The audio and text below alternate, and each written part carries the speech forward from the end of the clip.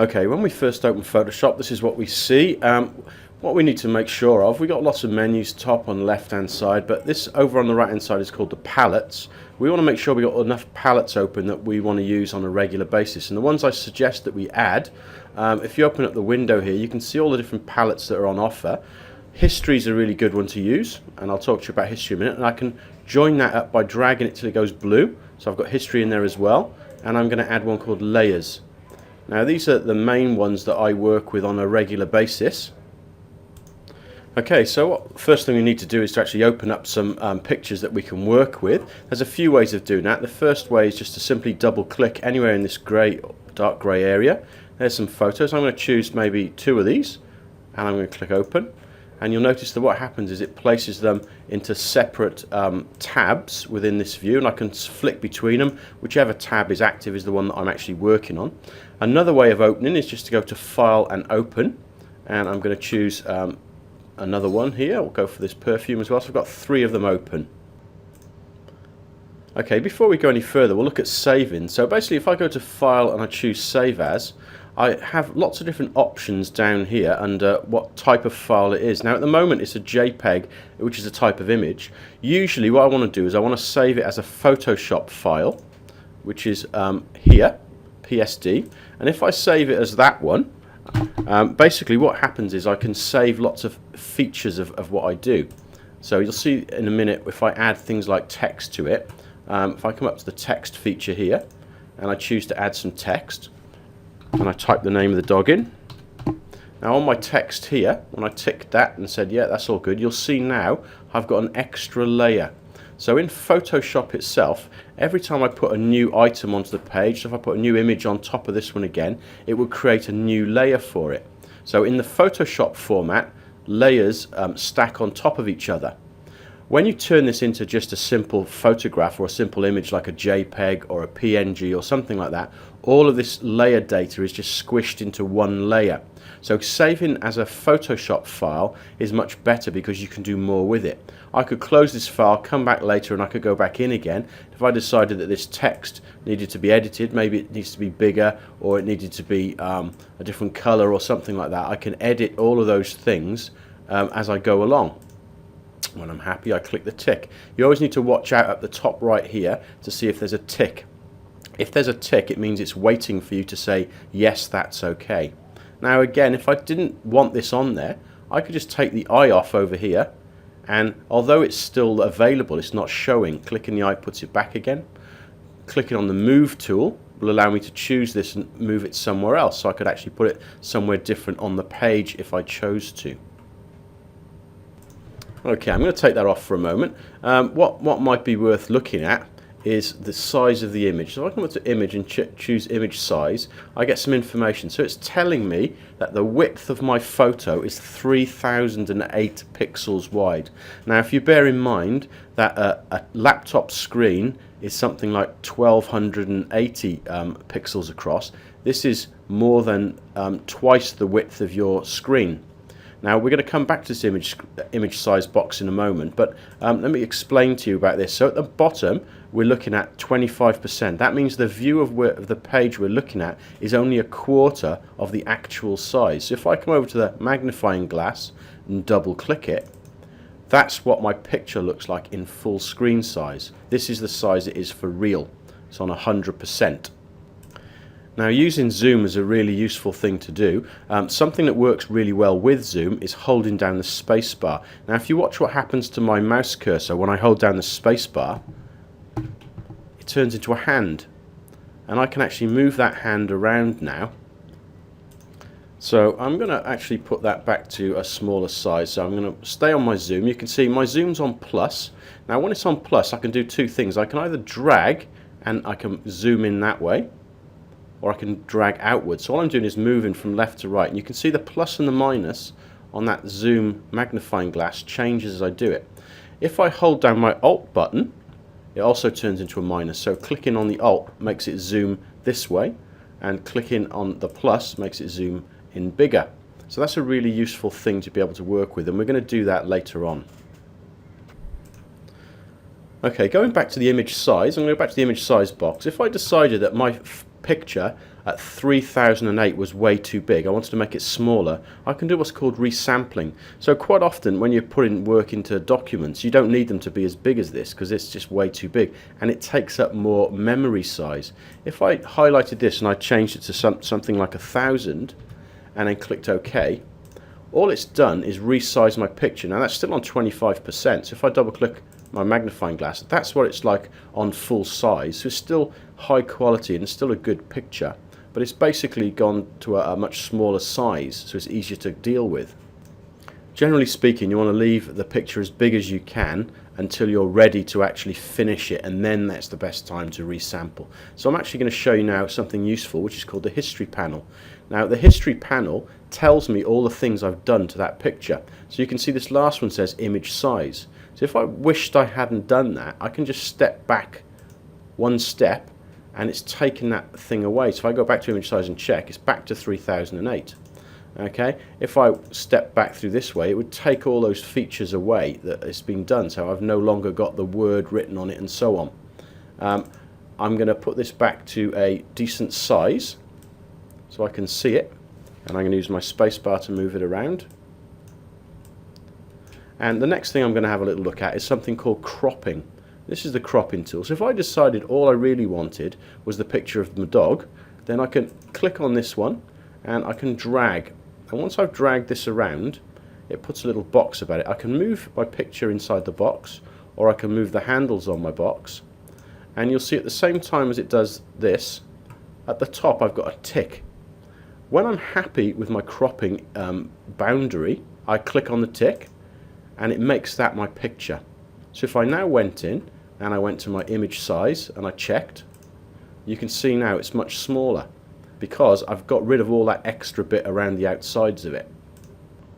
Okay, sometimes it's useful to expand what's called your canvas size. So at the moment, my picture size, or my image size, and my canvas size are the same size.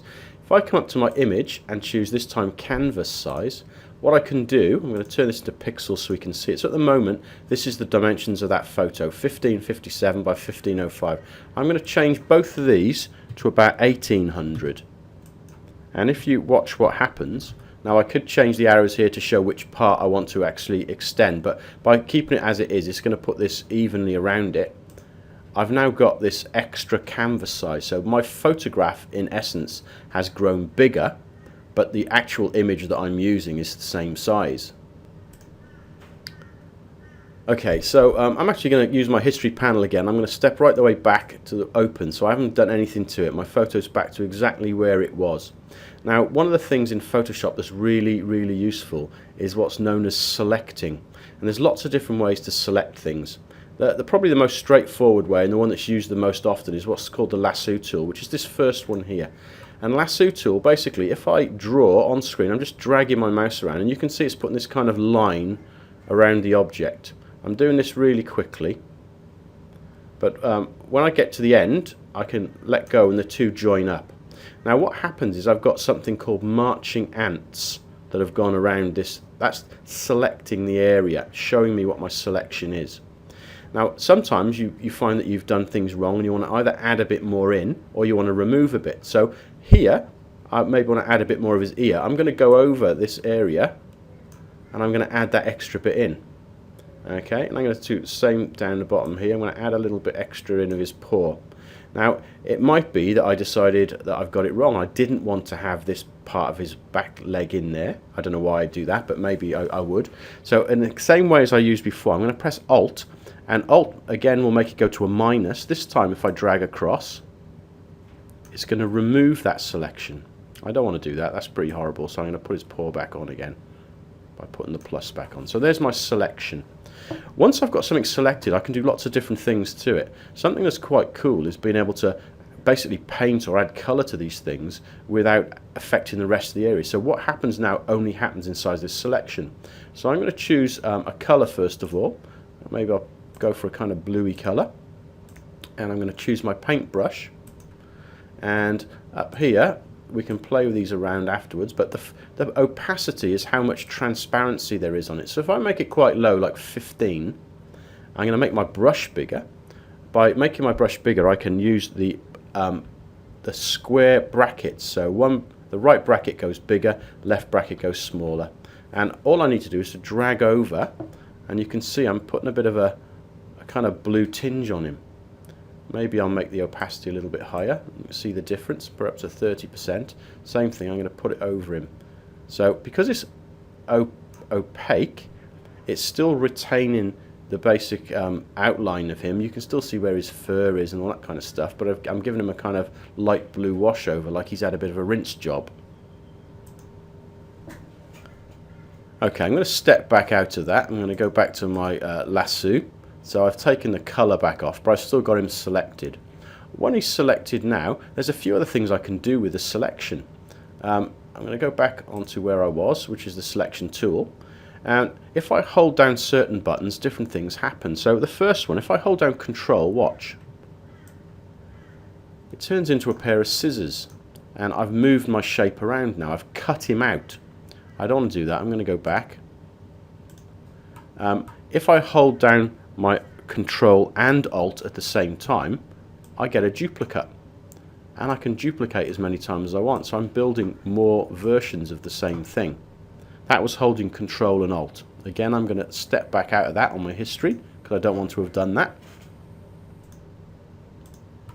Okay, last thing to remember is how you deselect something. So to get rid of your marching ants, you're going to hold down Control and press D. And that gets rid of those marching ants. I'm going to show you something else with selection. I'm going to go to a different picture here. This time I'm not going to use the lasso selection tool. I'm going to use this one called polygonal. Now I might even zoom in a little bit on this to see it a little bit easier. Here's my selection. Hold down my spacebar to move it around. And what I want to be able to do is I want to be able to select this kind of top rectangle area. So I'm going to go for my polygonal one, and I'm going to basically click, and I'm going to go across, and I'm going to click at each of these kind of corners. So this one works in straight lines. If you watch when I get towards the end, I'll see a little circle. There you go, that little circle. Do you see that pop on? That means it's found the end. So if I click there now, it's selected that whole area.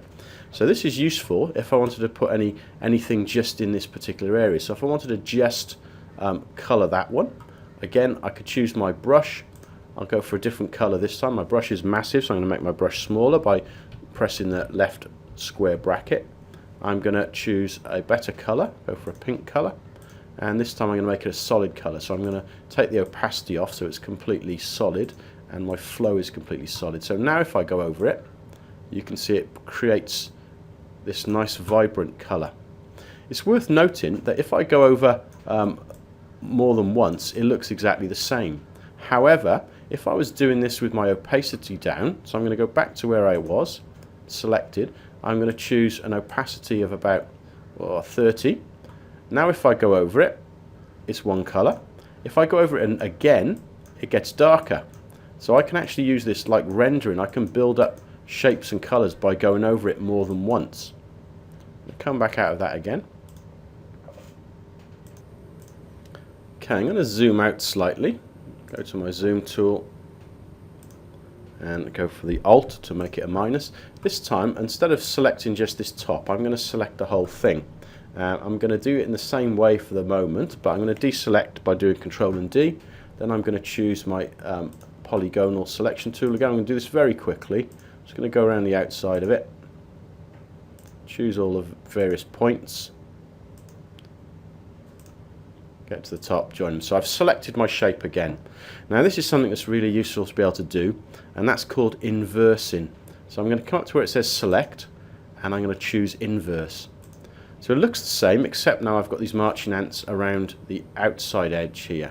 What I've actually done is I've said I don't want the middle selected, I want the outside selected. So although I selected around the shape here to start with, I've now inverted it.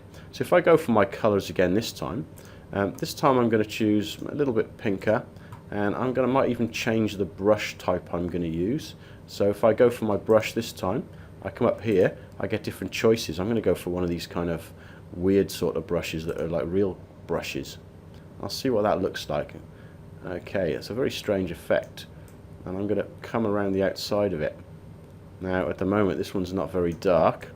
I could increase my opacity maybe, but you can see as I go around that, it's only colouring where I want it to colour. Let me show you that a little bit darker.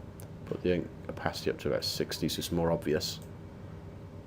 Okay, so I could use this for highlighting around a drawing if I wanted to.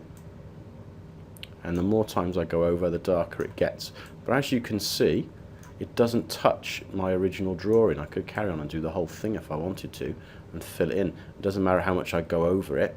It doesn't affect the bit in the middle, which I selected originally. Okay, again, I'm going to get rid of all of those things I've done. I'm going to come up to my history and I'm going to get rid of it. Go back to the original open stage. Now it's worth telling you that the only reason that history works like this is because I haven't saved my work. If I save my work, I can't go back through the history like that and get rid of things. So this is something that you're using as you're going along, but it's not really a good idea to do huge amounts of work without saving. So when you get to stages where you know it's good, then save. I'm going to open up another one of these pictures and go back to my move tool. I'm going to go for this one. And there's a few things I want to show you on here. Okay, to show this one, what I'm going to do on this one a little bit easier, I'm going to just increase the canvas size slightly. And again, I'm just going to add a bit to it. I'll have a look and see how big it is to salvage. So 500 by 500, I'll go 600 by 600. So I'm adding an extra 50 around each of the corners or edges. Okay, what I want to do is I want to use this selection tool now called the magnetic lasso tool. And what that one does is it basically tries to guess where an edge is, like it's a magnet going to a piece of metal. So what I'm doing is dragging along the side and it will kind of stick to it. You can see I'm not actually touching it completely. I'm going as close as I sort of can, but I'm not worrying too much. I'm kind of letting it do it for me. So you can see it drags along and it sticks to those edges. It's gone a bit wrong there. Let's see if it corrects itself in a moment. I'm going to bring it around here.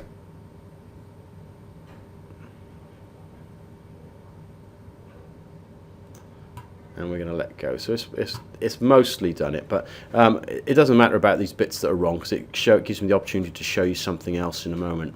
So it's done a selection for me. What I want to do is I want to get rid of this white, but not only do I want to get rid of it, I want to make it transparent. Transparent in Photoshop means that you're going to save your picture as a PNG. A PNG is the only file type that can be transparent. JPEG doesn't work, GIF doesn't work. So I'm going to go this time to one called layers. And on my layers, you can see there's only one layer on this particular bottle. There's no text or anything else added to it. But the layer's got a little lock symbol on it. Which means if I try and get my eraser tool now, in fact before I try and do that I'm going to inverse my selection. So I'm going to go inverse. I'm going to try and rub some of this out. So there's my eraser. Doesn't look like anything's happening. Okay, I'm going to take my lock off. So what I'm doing is I'm unlocking my background layer. If I do it now, you can see that it gives me this checkerboard effect. Anywhere where I've got the checkerboard effect means that that background is going to be transparent. Now obviously if I was going to do this to the whole thing, I would just increase my eraser size so it's much quicker to do. And there we go, getting rid of all of that. So that's a transparent image now, apart from a few places where I've missed. So I could go back and reselect, or I could just deselect, use my zoom tool, zoom in on those areas, and I can use my spacebar to move it around a little bit. I can go in as deep as I want to with this. You can see the pixels themselves, and there's a few ways of doing it. I could go for my lasso tool and I could just grab up these last little bits that I don't want, highlight that around. As soon as I let go, it hooks that up, and I can press delete on my keyboard, Control D to deselect. If I go back to the other side where there was another one, there we go, there's another piece there. Or I can just simply use my eraser tool again. My eraser is very, very big at the moment, so I'll use this left square bracket, and I'm just going to drag along that edge to tidy it up. If I go back to normal size by double clicking, and there we go, I've got a completely transparent layout. If I wanted to crop it again now, I could recrop it to make it a bit tidier with what I'm doing. Doesn't affect the transparency, but once I've done this I can save, and this time what I would do is, sorry, it's asking me to save the crop, I didn't do the tick. I'm going to save it this time as a PNG file. So when I choose PNG, so Kylie Minogue Darling is a PNG, hit save, say yes again, and now I'll show you what that looks like if I put it into Publisher. Okay, so here's Microsoft Publisher. If I go to Insert and I'll choose Picture, and I'll go where I've been saving this work, which is in my Photoshop tutorial.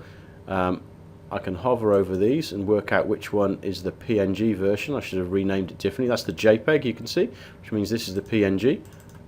And there we go. If I put my PNG in now, this background is completely transparent, so I can have it seen through. It doesn't matter what color this is here or what I'm floating it over, it will always look like just the object itself. Okay, there's only two more things that are worth having a little look at.